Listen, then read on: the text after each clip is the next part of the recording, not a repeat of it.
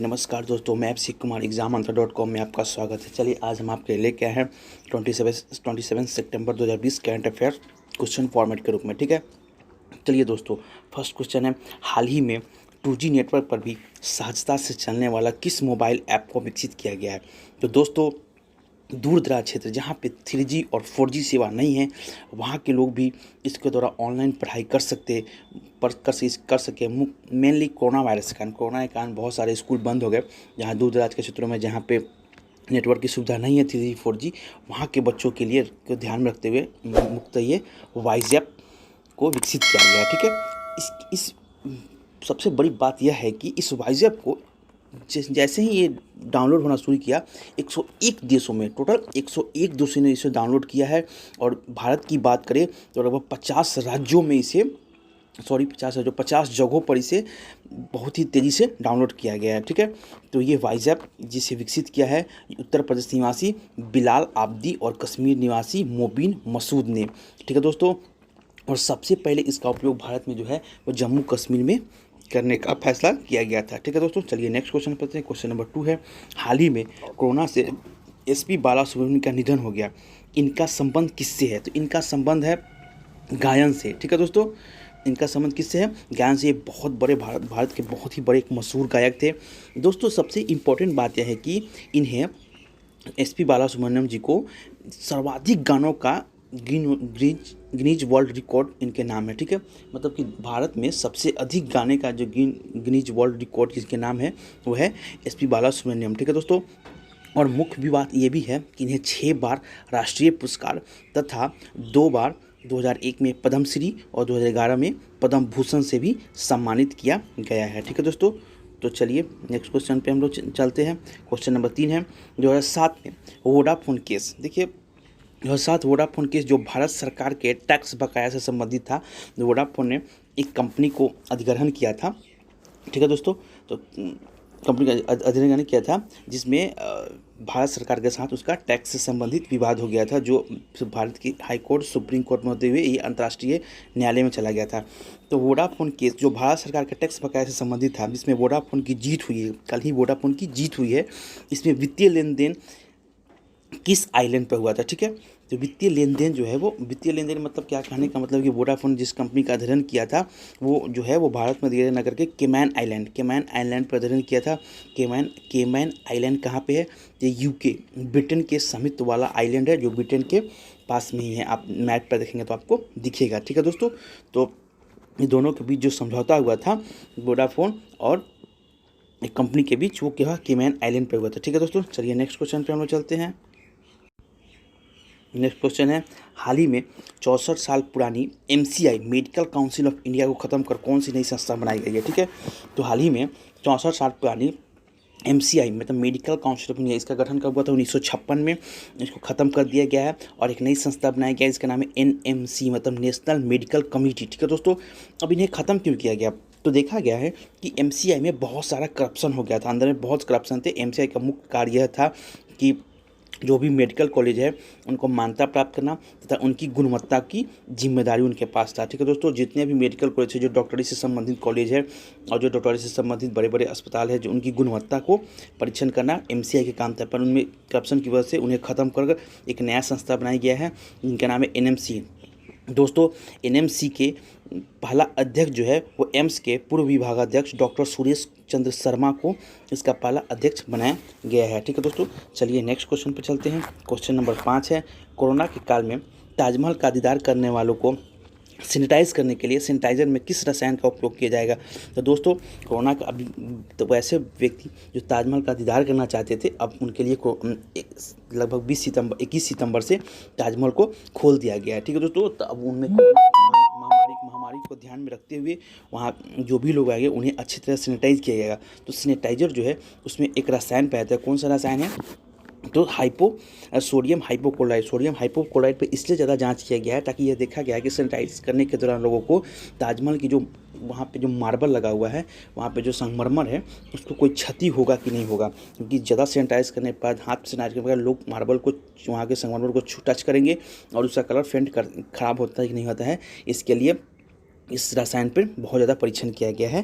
ठीक है दोस्तों, कौन सा है? Sodium hypochloride. ठीक है, चलिए नेक्स्ट क्वेश्चन पर चलते हैं। किस युवा चित्रकार ने अयोध्या से राम मंदिर में भगवान श्री राम का हैंडमेड ड्राइंग तैयार किया है? ठीक है दोस्तों, तो देखिए, हैंडमेड ड्राइंग कहने का मतलब यह है कि भगवान श्री राम जो है, अयोध्या में जो राम मंदिर बन रहा है, उसमें भगवान श्री राम का बहुत भव्य ही मूर्ति का निर्माण हो रहा है।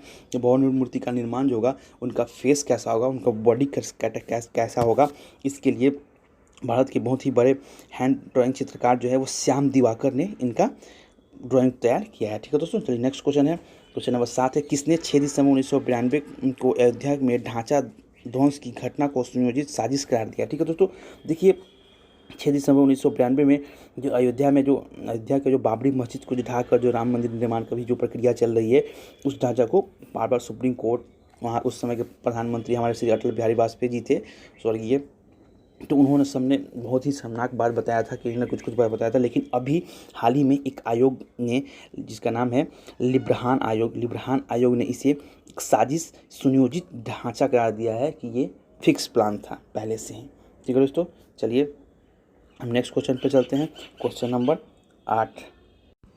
क्वेश्चन नंबर 8 है, दुधारू पशुओं में बैक्टीरिया से होने वाले संक्रमण रोगों से बचाव के लिए कौन सी वैक्सीन तैयार की गई है, जो डेयरी उद्योग के लिए वरदान साबित होगा? ठीक है दोस्तों, देखिए, बैक्टीरिया से संक्रमण के दुधारू, वैसे जो डेयरी उद्योग में ज़्यादा से ज़्यादा प्रॉफिट लाने के लिए, ज़्यादा से ज़्यादा दूध उत्पन्न करने के लिए, ज़्यादा से ज़्यादा दूध का प्रोडक्शन बढ़ाने के लिए एक वैक्सीन का विकसित किया गया है, जो दुधारू पशु जैसे गाय, भैंस, बकरी को बैक्टीरिया से बचाएगा। इसका नाम है ब्रुसेला एबोर्ट्स S19 स्ट्रेन वैक्सीन। ठीक है दोस्तों, चलिए नेक्स्ट क्वेश्चन पर चलते हैं। नेक्स्ट क्वेश्चन है, भारत चीन से जारी तनाव के बीच अमेरिका से कौन सा ड्रोन खरीदेगा? ठीक है, भारत सरकार ने अभी अमेरिका से एक ड्रोन खरीदने का फैसला किया है, जो LAC line of actual control पर लगाया जाएगा, तथा LAC line of control LOC, जो भारत के साथ LOC और पाकिस्तान के साथ LOC और चाइना के साथ LAC है। ठीक है दोस्तों, तो देखिए, ये जो ड्रोन होगा, ये होगा MQ-9 रीपर। ठीक है दोस्तों, MQ-9 रीपर इस ड्रोन का नाम है। ये ड्रोन बहुत ही शक्तिशाली है। टोटल 30 ड्रोन खरीदने का फैसला हुआ है। इस ड्रोन की जो रफ्तार है वो 230 किलोमीटर प्रति घंटा है। ये जो है हाइट जो है 50,000 फीट की हाइट तक उड़ान भर सकता है। ये ड्रोन जो है 50,000 फीट की हाइट तक उड़ान भर सकता है। एक बार उड़ने के बाद यह 35 घंटे तक उड़ान भर सकता है, मतलब 35 घंटे तक हवा में रहेगा। ये जो है 1710 किलो विस्फोटक जो है अपने साथ ले जा सकता है हवा में, तथा 1850 किलोमीटर मारक क्षमता है। 1850 किलोमीटर दूर तक ये मारक क्षमता है इसका मार सकता है, और 1710 किलो विस्फोटक अपने साथ ले जा सकता है। ठीक है दोस्तों, ये डिस्क्रिप्शन जो मैं बता रहा हूँ, ये आप लोग अपनी कॉपी में नोट डाउन कर लेंगे, क्योंकि ये एग्जाम के पॉइंट ऑफ व्यू से काफ़ी इंपॉर्टेंट है। क्वेश्चन भी इंपॉर्टेंट है, और जो मैं बोल रहा हूँ वो भी इंपॉर्टेंट। ठीक है दोस्तों, चलिए नेक्स्ट क्वेश्चन है, नासा ने मंगल मिशन 2020 के तहत किस रोवर को लाल ग्रह की सतह पर और कब तक लैंड करेगा? ठीक है, तो नासा जो है परसेवरेंस रोवर। ठीक है दोस्तों, तो नासा का ये तीसरा 2020 में तीसरा मंगल मिशन है, जो नासा, देखिए, मंगल ग्रह को हम लाल ग्रह भी बोलते हैं, लाल ग्रह की सतह पर लैंड करेगा। रोवर का नाम है परसेवरेंस रोवर, जो 2021 फरवरी तक मंगल ग्रह पर लैंड करेगा। ये अरबों साल पहले ये रोवर जो है, ये मंगल ग्रह पे अरबों साल पहले के सूक्ष्म जीवन के संकेतों की खोज करेगा। ठीक है, देखो, इसमें पिक्सल डिवाइस लगा होगा। पिक्सल डिवाइस जो होगा वो एक्सरेज पे चलेगा, एक्स किरणों पर चलेगा, जो जीवन की संभावनाओं का पता करेगा कि वहाँ जीवन संभव है कि नहीं संभव है। यह जो यहाँ से जो मंगल ग्रह की दूरी की बात करें, 30 करोड़ मील की दूरी तय करेगा। ये रोवर जो है परसेवरेंस रोवर 30 करोड़ मील की दूरी तय करेगा। ठीक है दोस्तों, यह रोवर जो है वहाँ से पत्थर और मिट्टी लेकर आएगा। ठीक है, रोवर के साथ एक इंजीयूटी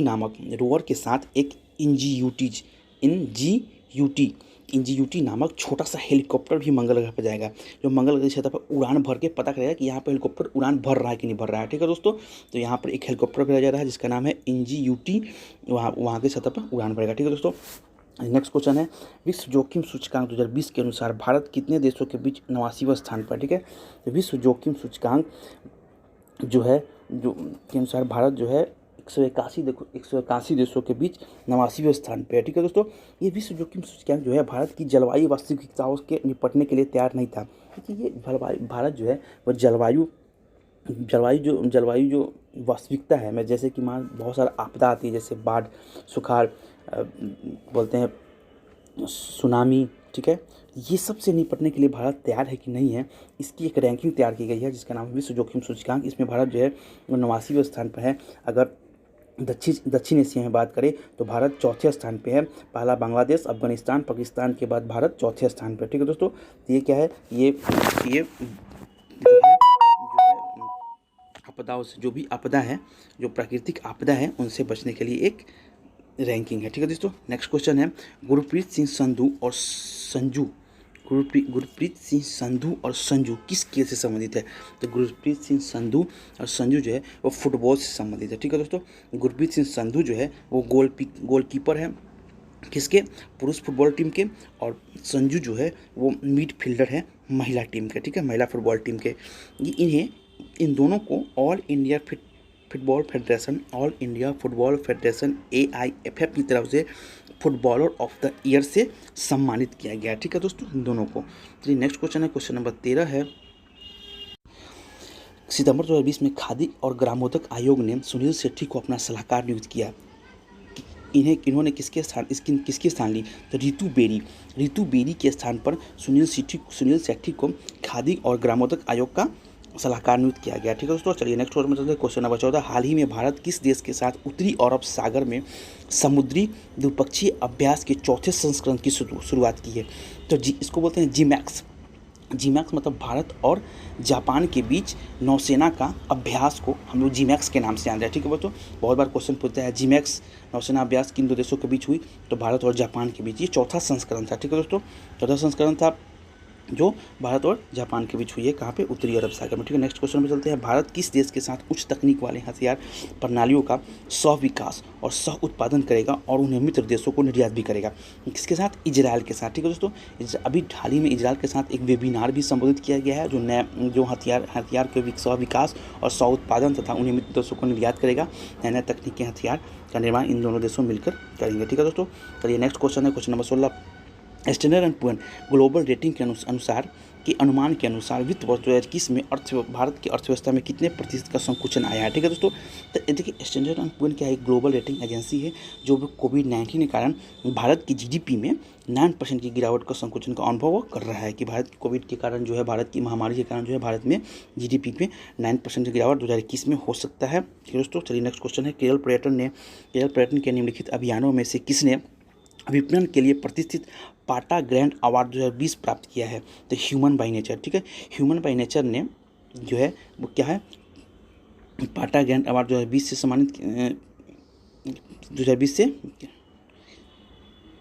सम्मानित किया गया है, ठीक है दोस्तों। देखिए पाटा जो है 3 ग्रैंड पुरस्कार है, पाटा ग्रैंड पुरस्कारों में से एक दिया गया है इन्हें, ठीक है दोस्तों। ये जो है पर्यटन उद्योग को प्रोत्साहन देने के लिए है, ठीक है। देखिए केरल में जो है बहुत लगभग 6 महीने से महामारी के कारण पर्यटन उद्योग जो है बहुत ही गर्त में चला गया था, जिसे उबारने के लिए पाटा ग्रैंड अवार्ड प्राप्त किया गया है, ठीक है।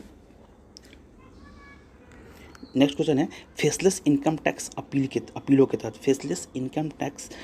के तहत निम्नलिखित में से किससे संबंधित अपीलों की अपवाद के साथ सभी आयकर अपीलों को एक फेसलेस तरीके से अंतिम रूप दिया गया है? देखिए 3 चीज़ों को छोड़कर किससे संबंधित अपीलों को अपवाद के साथ सभी आयकर अपीलों को, तो गंभीर धोखाधड़ी, प्रमुख कर चोरी और कालाधन अधिनियम, इन तीनों को छोड़कर सभी अपीलों को जो है वो किससे सुलझाया जाएगा? फेसलेस इनकम टैक्स अपील के तहत। इसमें जो है करदाता और उनके अधिवक्ता और आयकर विभाग को बीच भौतिक इंटरफेस नहीं होता, मतलब कि फिजिकल इंटरफेस नहीं होता। देखिए कोविड-19 के कारण सोशल डिस्टेंसिंग के कारण ऐसा फेसलेस अपील को सुनवाई चलेगा, जिसमें इंटरफेस जो भौतिक इंटरफेस नहीं होगा। ये लोग एक दूसरे को या तो ऑनलाइन या ऐप के माध्यम से एक दूसरे को फेस करेंगे, ठीक है दोस्तों। तो ये था आपका करंट अफेयर्स, ठीक है दोस्तों। चलिए नेक्स्ट करंट अफेयर हम जल्दी आपके लिए लाते हैं।